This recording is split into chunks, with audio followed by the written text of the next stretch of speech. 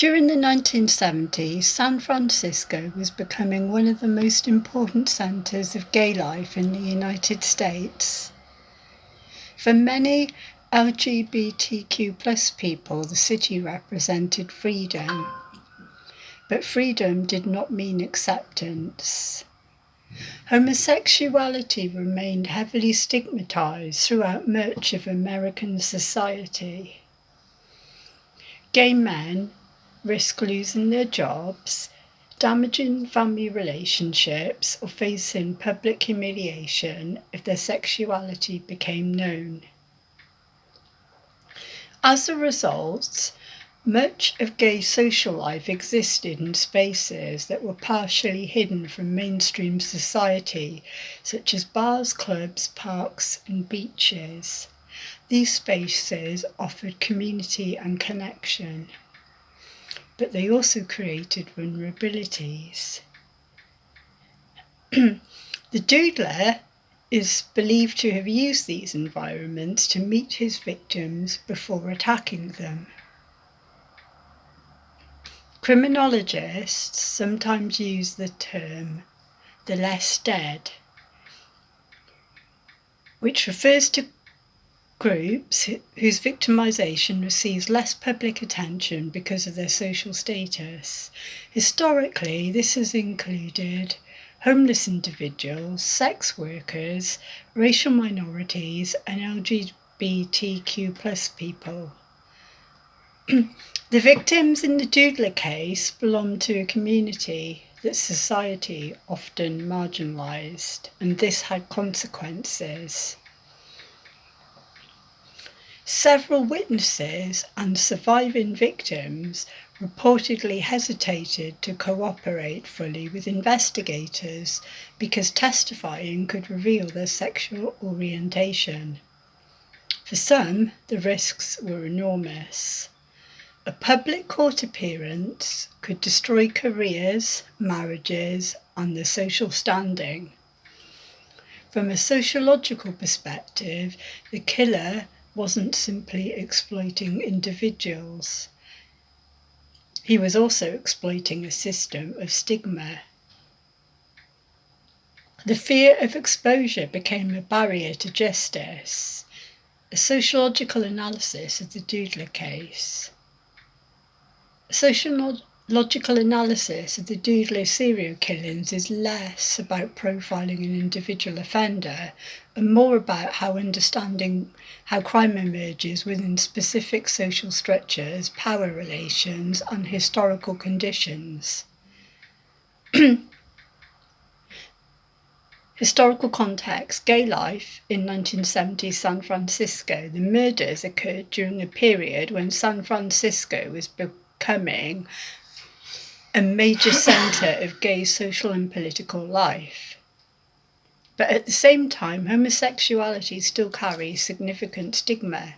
Many gay men live partially closeted lives, fearing discrimination, job loss, family rejection, and police harassment.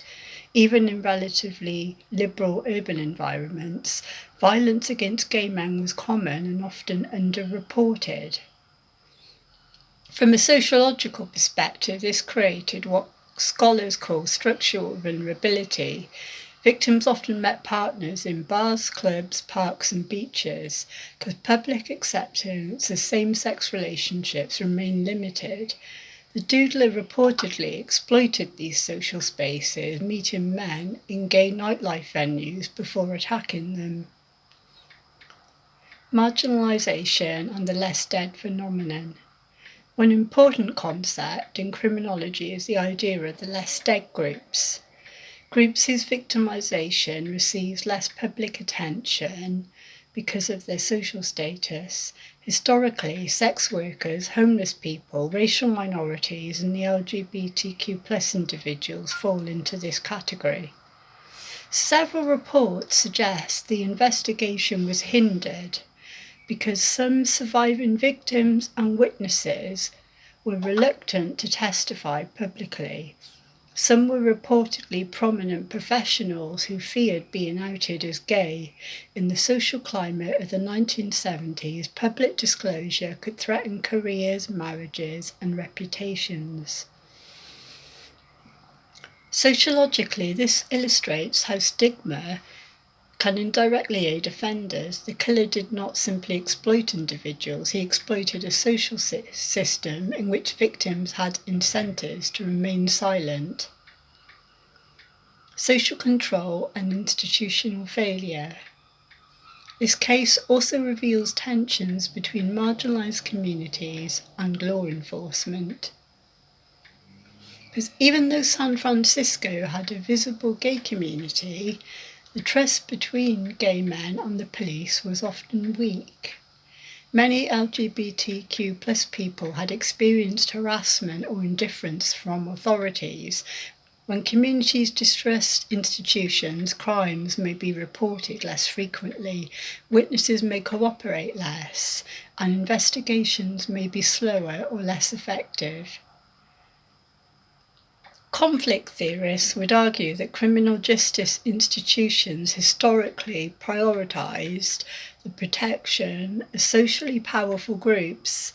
Whether intentionally or not, crimes against marginalised populations often receive fewer resources and less urgency.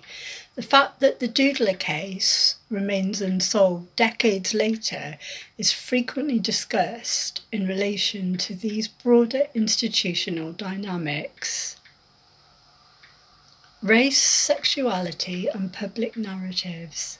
The suspect was described as a young black man, while many of the victims were white men. This introduces an intersectional dimension.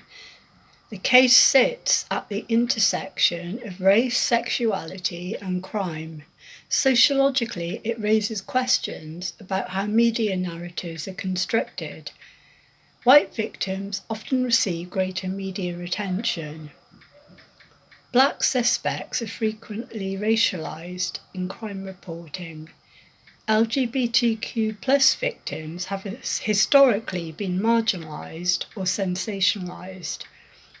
Rather than viewing race as a simple explanatory factor, sociologists would examine how racial identities shape public perceptions of both the victims and the suspect. Urban space and anonymous social interaction. The murders occurred in an urban environment characterised by large populations, nightlife, and relative anonymity. Urban sociologists such as George Simmel argued that cities create opportunities for freedom and risk. The same anonymity that allowed gay men to find community and explore identities outside of traditional social controls also created opportunities for predatory behaviour. The Doodler reportedly used charm, artistic skill, and social interaction to gain trust before isolating his victims. This reflects a broader sociological theme. Social networks provide protection, but anonymous encounters can reduce informal social controls that normally deter violence. Moral panic and media representation. Serial killers often become cultural symbols rather than merely criminal offenders. The nickname the Doodler transformed the case into a media narrative centred on the killer's unusual behaviour of sketching victims. From a sociological perspective, this can have two effects. It increases public fascination with the offender, but it can also overshadow the lives of the victims and the social conditions that enabled the crimes. Many contemporary analyses attempt to shift attention away from the mythology of the killer and toward the experience of the murdered men and the broader history of anti-LGBTQ+ violence. Queer theory perspective. A queer theoretical analysis would focus on how the murders reflected the precarious social position of gay men in the 1970s. The attacks occurred during a period when gay visibility was increasing but social acceptance remained incomplete. This transitional period often produces backlash, heightened vulnerability and intensified social conflict. The Doodler case therefore becomes part of a larger history of violence directed towards sexual minorities during moments of social change. Sociologically, the Doodler case is not just a story about an unidentified serial killer. It reveals how stigma, institutional distrust, urban anonymity, and unequal social power can shape criminal victimisation and criminal investigations. The murders occurred within a social environment where many victims were vulnerable because of the offender's actions, but also because of the broader marginalisation of gay men in 1970s America. The enduring significance of the case lies in what it exposes about the relationship between crime and social inequality. If you found this analysis interesting, consider subscribing for more videos exploring crime through the lens of sociology, history and social theory. Thank you for watching.